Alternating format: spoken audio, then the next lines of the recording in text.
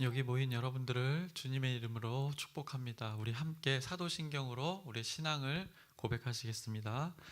전능하사 천지를 만드신 하나님 아버지를 내가 믿사오며 그 외아들 우리 주 예수 그리스도를 믿사오니 이는 성령으로 잉태하사 동정녀 마리아에게 나시고 본디오 빌라도에게 고난을 받으사 십자가에 못 박혀 죽으시고 장사한 지 사흘 만에 죽은 자 가운데서 다시 살아나시며 하늘에 오르사 전능하신 하나님 우편에 앉아 계시다가 저희로서 산 자와 죽은 자를 심판하러 오시리라.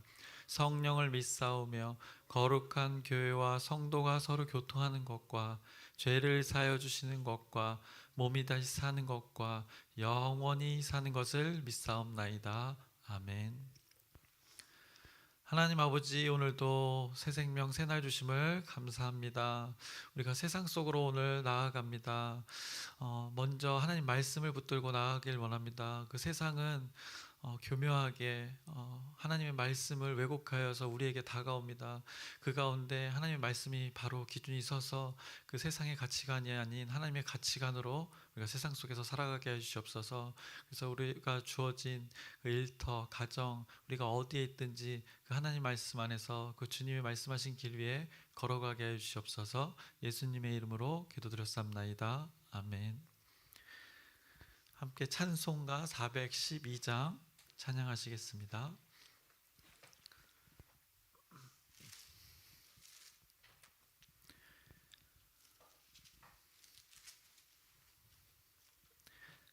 내 영혼의 극히 깊은 데서 맑은 가락이 울려나네.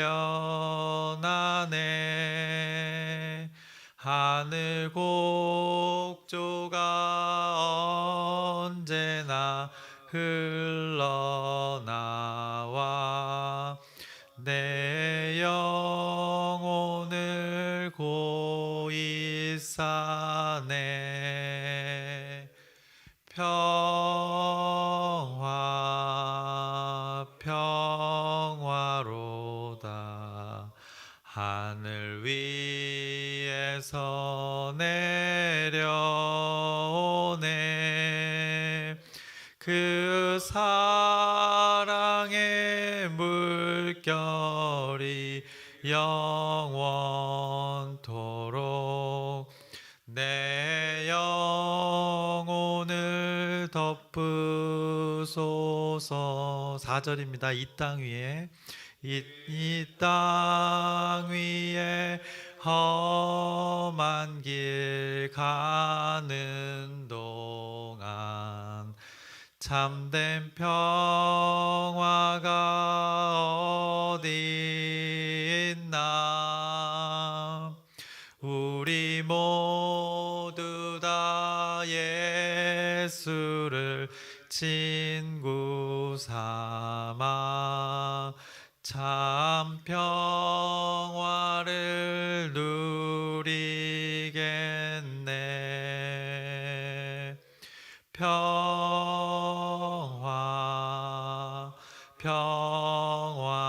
평화로다. 하늘 위에서 내려오네.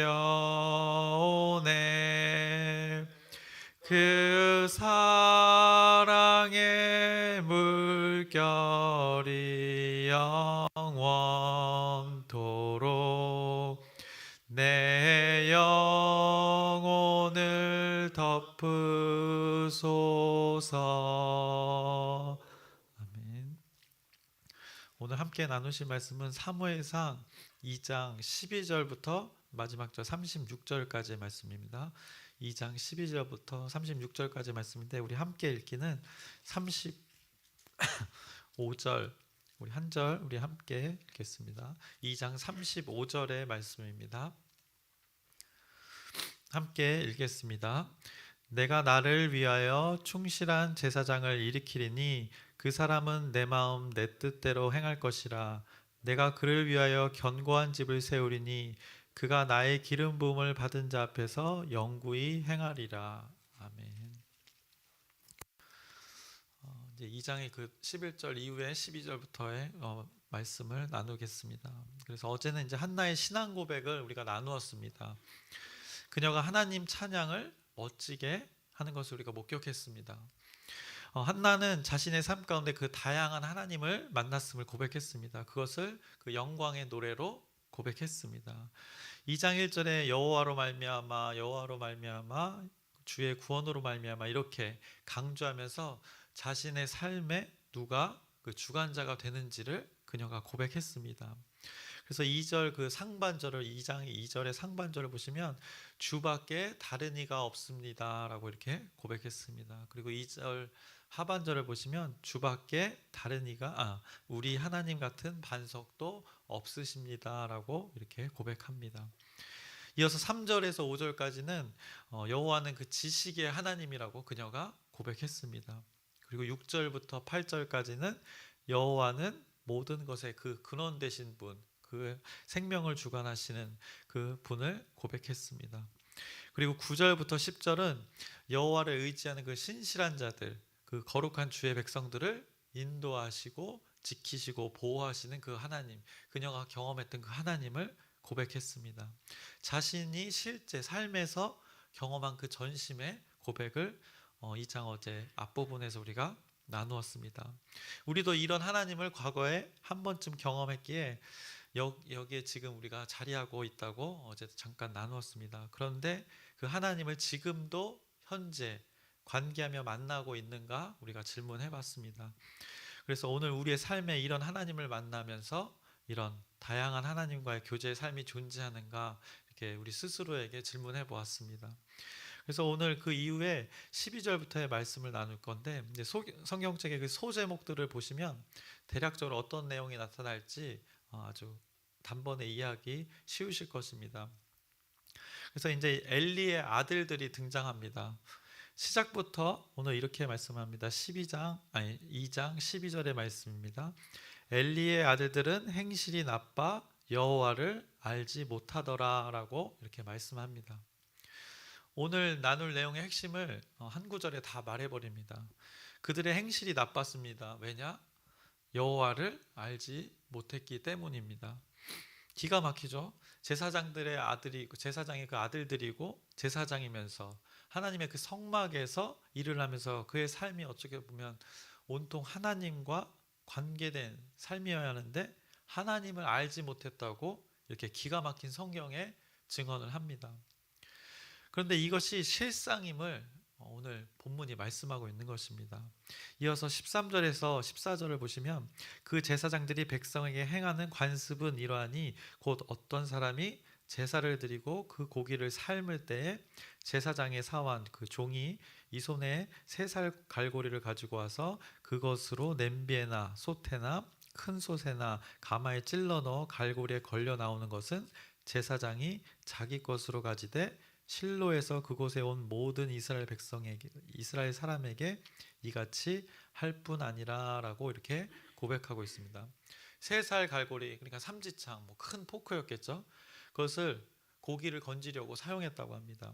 그걸로 고기를 삶고 있을 때 하나님 앞에 나온 그 제물을 삶고 있을 때 그 제사장의 종이 가서 그것을 찔러서 이렇게 찔러서 걸리는 게 아니라 원하는 것을 골랐다는 것입니다. 자기가 원하는 부위를 그 3살 고리로 찾아서 자기가 취했다고 합니다. 14절에 분명히 자기 것으로 가지되라고 했습니다. 하나님 앞에 드린 제물을 제사장의 그 종이 또 제사장이 이렇게 하고 있음을 성경이 말씀합니다. 굉장히 황당합니다.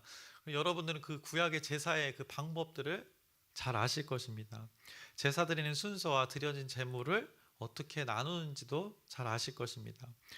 분명 드려진 제물의 몫을 나누는 그 율법이 있습니다. 그리고 그 드려지는 제사의 목적에 따라 그 나눔의 목도 달라집니다. 그런데 제사장의 종이 와서 삼지창으로 그 고기 삶는 곳에서 그 담가서 자기가 원하는 것을 골라서 취하는 그 모습을 지금 성경이 말하고 있습니다. 이런 어떻게 보면 망나니들이 어디 있습니까? 15절을 제가 읽어보겠습니다. 기름을 태우기 전에도 제사장의 사환이 와서 제사 드리는 사람에게 이르기를 제사장에게 구워드릴 고기를 내라. 그가 내게 삶은 고기를 원하지 아니하고 날 것을 원하신다 하다가, 왜 기름을 태우기 전에 그 고기를 원했고 날 것을 원했냐? 그들은 삶은 고기를 싫어하고 구운 고기를 원했다고 이렇게 말하고 있습니다. 삶아서 먹는 것이 아니라 구워서 먹기 위해서 날 것을 그냥 그 갖고 온 재물을 가져온 자들에게 요구한 것입니다. 그 율법에 의하면 레위기 7장 34절을 보시면 제사장의 몫으로 그 가슴 고기와 오른쪽 넓적 다리를 취해야 함을 분명하게 기준을 말씀해 줬습니다. 그리고 신명기 18장 이제 3절에도 보시면 앞 넓적 다리와 두 볼과 위를 받게 되어 있습니다. 분명 이렇게 정해진 율법입니다. 더욱 황당한 것은 하나님의 백성들이 하나님께 제사 드리러 나온 이 제물을 가지고 지금 이런 짓을 하고 있는 것입니다. 제사가 뭡니까? 사람이 이렇게 죄를 지면 그 죄 사함을 받기 위해서, 그 죄값을 치르기 위해서 그 희생시킬 대상을 정했고, 그것을 동물의 피를 통해서, 그 동물의 희생을 통해서 하나님과 그 우리의 죄 문제를 해결하는 상징으로서 이 방법을 한 것입니다. 어떻게 보면 동물 자체의 피가 의미가 있는 것이 아니라 하나님께서 이런 방법을 통해서 하나님과 우리와 관계 단절을 죄와 단절되게 만든 그 죄를 해결하는 방법으로 이 제사를 이스라엘 백성들에게 주셨습니다.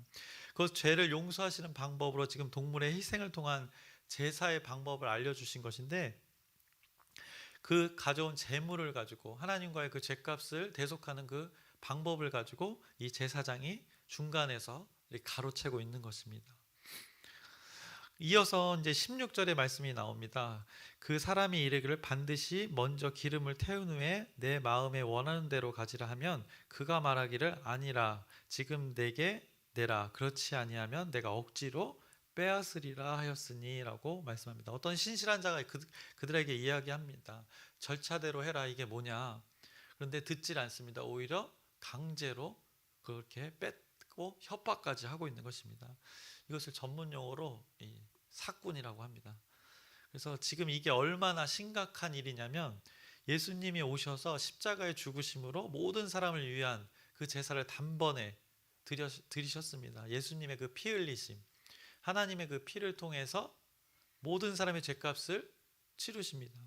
이것을 믿는 믿음이 하나님께 나아가는 통로가 이제 되었습니다. 신약에서는 그 희생을 통해서 하나님께 나아갈 수 있는 계기가 되었습니다. 그 예수님의 희생을 기억하게 하는 그 대속의 의미를 담고 있는 그 제물을 오늘 엘리의 아들들이 이렇게 대하고 있는 것입니다. 그래서 12절의 말씀입니다. 엘리의 아들들은 행실이 나빠 여호와를 알지 못하더라. 그 행실을 이렇게 악행을 하고 있다고 성경이 아주 비판하고 있는 것입니다. 여호와 하나님을 알지 못했습니다. 그래서 이 행동을 서슴없이 하고 있는 것입니다. 사사기 시대의 배경이 이 고스란히 나타나고 있습니다. 성막에 일하는 사람들의 수준이 이렇다고 지금 말씀하고 있는 것입니다. 백성들도 어떻게 보면 그 일부는 놀라 자빠지는 수준이었습니다. 기름 태운 후에 가져가라. 날 것 달라고 하는 것은 너무 지나치지 않냐. 도무지 이 말을 듣지 않습니다. 안 내나 이러면서 오히려 협박하는 그 제사장과 그 종들을 봅니다. 17절에 성경이 이들의 삶을 평가하고 있습니다. 이 소년들의 죄가 여호와 앞에 심히 크면 그들이 여호와의 제사를 멸시함이었더라 라고 이렇게 성경이 그들의 삶을 증언하고 있습니다. 엘리의 자식들은 대체 무엇을 원하며 무엇을 추구하며 살았는가? 이 말씀을 통해서 여러분이 깊이 한번 상고해 보시길 바랍니다. 하나님의 제사장이 이것이 가능한 일인가? 하나님을 믿는 그리스도인의 삶이 이것이 가능한 일인가? 우리 또 스스로에게도 우리 질문해 봐야 합니다. 그래서 18절부터 이제 21절에는 엘리 아들들과 이제 대조적으로 신실한 자들에 대해서 언급을 합니다. 그래서 18절에는 사무엘은 여호와 앞에서 섬겼음을, 여호와 하나님 앞에서 섬겼음을 증언하고 있고, 19절에는 한나가 남편과 하나님 앞에서 또 신실하게 제사를 매년제를 드렸던 것을 고백합니다. 그리고 20절에는 엘리 제사장을 통하여서 이제 한나의 가정에 하나님께서 이제 축복을 하십니다. 사무엘이 하나님의 사람으로 그 바쳐졌기에 그를 대신해서 이제 그녀의 가정에 많은 자식을 하나님께서 허락하십니다. 그래서 아이를 낳을 수 없던 여인이 그냥 사무엘만 낳은 것이 아니라 아들과 두 딸을 낳게 하는 허락을 해주십니다. 21절의 말씀입니다. 여호와께서 한나를 돌보시사 그로 하여금 임신하여 세 아들과 두 딸을 낳게 하셨고 아이 사무엘은 여호와 앞에서 자라니라 라고 말씀합니다. 이렇게 많은 자녀를 가졌음을 성경이 말씀하고 있는 것입니다. 그래서 오늘 본문은 신실한 자들과 그렇지 않은 자들을 삶을 분명하게 이렇게 비교하면서 대조하면서 말씀해주고 있습니다. 하나님께서는 하나님의 나라를 위해서 어떤 자를 쓰시는지 분명하고 정확하게 말씀합니다. 그래서 하나님의 말씀을 대하는 자들은 이제 선택하게 되는 것입니다. 이 말씀을 대하는 자들은 이 말씀을 귀로 듣고 눈으로 보고 그 다음에 이제 삶의 실천이 동반되게 되면 이제 하나님의 일들이 그 사람 가운데, 결단한 사람 가운데 벌어지게 되는 것입니다. 말씀을 이렇게 대함으로 깨달음이 하나님께서 주어지면 그 사람은 이제 행동하게 되는 것입니다. 깨달음의 결과는 믿음의 실천이 그 증거가 따르게 되고, 믿음의 실천 이전에는 깨달음의 결과가 반드시 전제되는 것이 이 하나님의 섭리입니다. 그래서 마음으로 믿는 것과 그 믿음의 실천은 언제나 이 동시다발적으로 일어나게 돼 있습니다. 진정한 마음의 고백은 언젠가는 그 입술의 고백과 행동의 발걸음이 나타나게 된다는 것입니다. 인격의 성숙도 마찬가지라고 봅니다. 사람의 어떤 기질이라는 것도 있지만 배운 대로 변화되어 있기 마련입니다. 학습이라는 것이 있기 때문에 똑같이 하나님의 말씀을 깨달은 자는 그렇게 행동이 나오기 마련입니다. 예수를 잘 믿는데 뭐 기질적으로 거칠어서 욕하고 싸운다, 이게 이 하나님 말씀 앞에서는 앞뒤가 안 맞는 말입니다. 그 부분에 대해서는 누구나 연약한 부분이 있습니다. 그러나 그 부분에서는 아직 하나님 말씀 앞에 깨닫지 못한 것이라 생각될 수 있습니다. 깨닫지 못해서 아직 성숙하지 못한 것이라고 우리가 봐야 할 것입니다.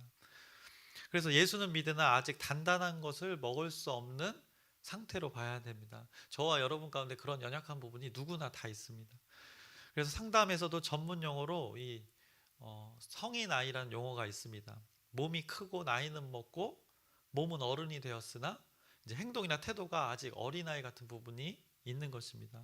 그 어린 시절의 그 정서가 충족되지 못하고 그 상처받은 결과로 그대로 남아 있어서 성인이 되어서도 그 과거에 상처받은 그 자아 때문에 그 자아가 자리 잡고 있어서 이제 상대의 관계에서 그 감정이나 태도나 행동이 어린아이 같은 그 상처받은 모습으로 어른이 되어서도 대하는 모습들이 있다는 것입니다. 똑같습니다. 예수를 믿어서 신앙생활은 오래됐으나 말씀으로 인한 성숙이 어떻게 없어서 부족해서 아직 신앙의 어린아이가 이 교회 공동체 안에 우리의 삶의 어떤 영역 부분 가운데 존재하게 된다는 것입니다. 그래서 우리가 남 이야기할 것이 없이 저와 여러분의 이야기라는 것을 기억했으면 좋겠습니다. 성숙한 사람들은 그런 자들을 보고 저거 예수 안 믿는 거네 라고 평가하는 것이 아니라 예수를 믿으나 아직 성숙하지 않는 부분이 나도 있고 너도 있으니 그 영역들이 서로 다르기 때문에 누구에게 손가락질을 할 일이 아니라 다 한 가지라는 것을 기억하면서 서로에게 안타까운 마음을 가지고 인내하면서 그 하나님의 말씀을 깨달아 성숙할 때까지 그 오래 참음으로 기다려야 하는 부분이 필요한 것입니다. 그래서 성령의 열매 중에 그 오래 참음이라는 것이 있습니다. 잘 아십니다. 이게 굉장히 대단한 열매라는 것입니다. 성인 아이를 기다려준다고 생각해 보시길 바랍니다. 오래 참음을 성령의 열매, 하나님의 일하심이 분명히 있어야 된다는 것입니다. 하나님의 말씀을 진정 깨달은 자만이 경험할 수 있는 이 성령의 열매입니다. 다시 본문으로 돌아와서 그 한나의 어머니가 자식을 더 낳았고 사무엘은 그 누구 앞에서 자라간다고 고백합니다. 누구 앞에서 자라간다고 고백합니까? 아까도 우리가 읽었지만 하나님 여호와 앞에서라고 강조하고 있습니다. 사무엘의 삶이 어떤지 분명하게 말씀하는 것입니다. 대조해서 말씀하고 있습니다. 이제 22절부터는 다시 신실한 자들과의 그 반대의 삶을 또 말씀합니다. 22절입니다. 제가 읽겠습니다. 엘리가 매우 늙었더니 그의 아들들이 온 이스라엘에게 행한 모든 일과 회막문에서 수종드는 여인들과 동침하였음을 듣고라고 말합니다. 좀 제가 시게 표현해 보겠습니다. 어떻게 보면 이게 완전 이게 미쳐 돌아가고 있는 상황입니다. 충분히 이렇게 표현할 만하죠. 이들의 삶이 지금 23절에는 너희의 악행을 모든 백성에게 듣노라라고 말합니다. 24절은 내게 들리는 소문이 좋지 않다라고 말씀합니다.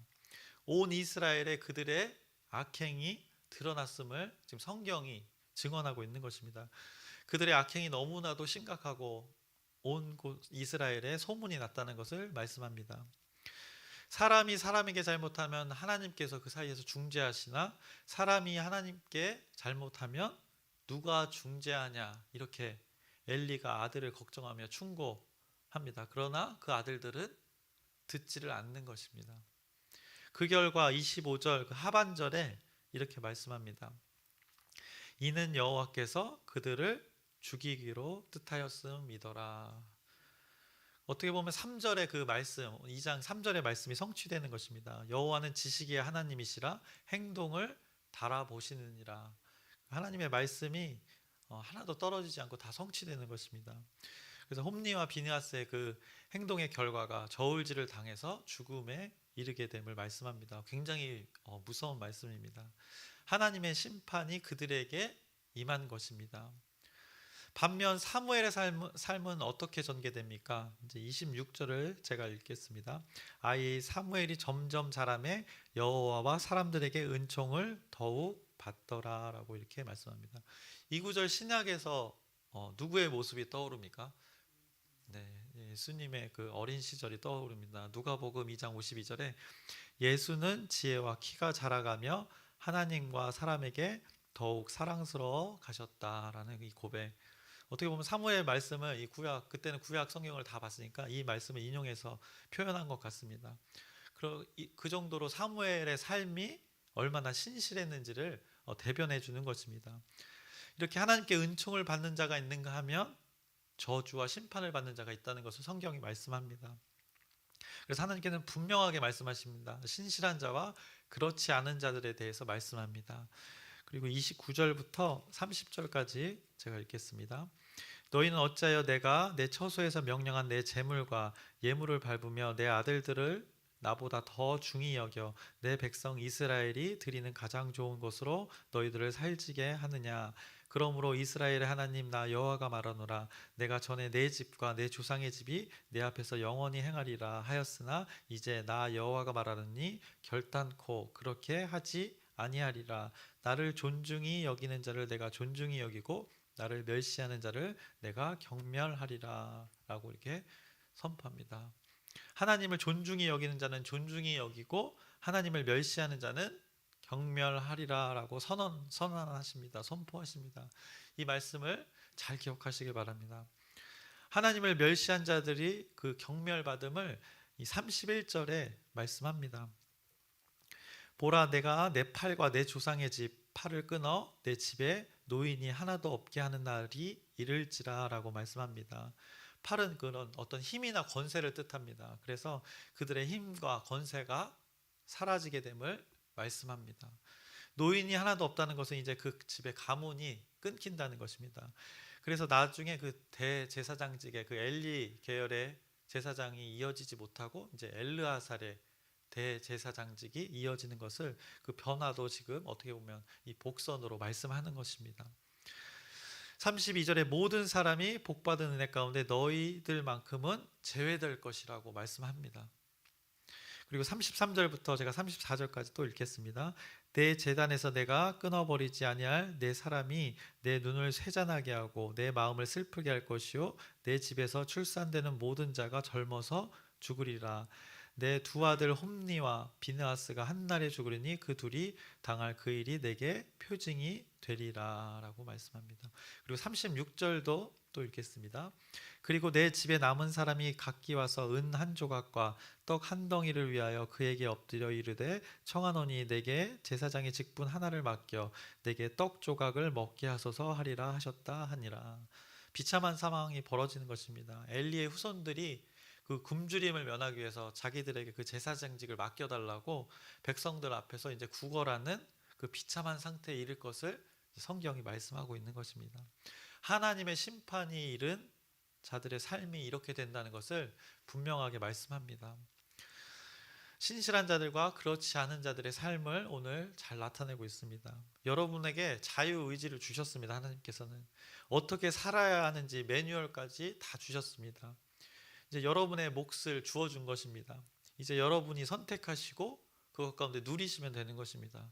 여러분이 무엇을 쫓아 살지는 이제 여러분의 선택의 몫에 달린 것입니다.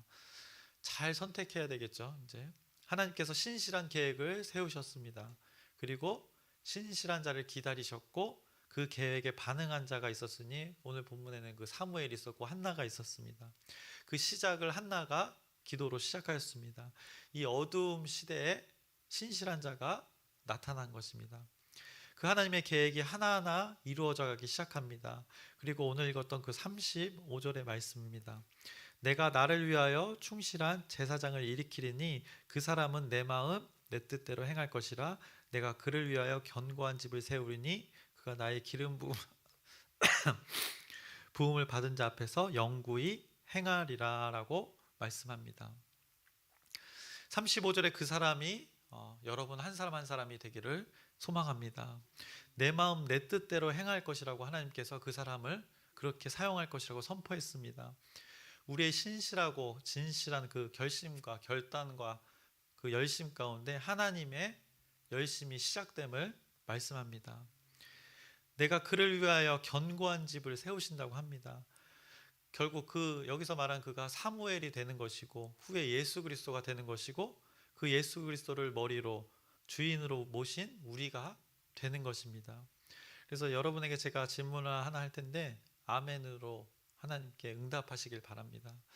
질문을 합니다. 35절에 그 사람은 내 마음 내 뜻대로 행할 것이라. 내가 그를 위하여 견고한 집을 세우리니 그가 나의 기름 부음을 받은 자 앞에서 영구히 행하리라 말씀하셨습니다.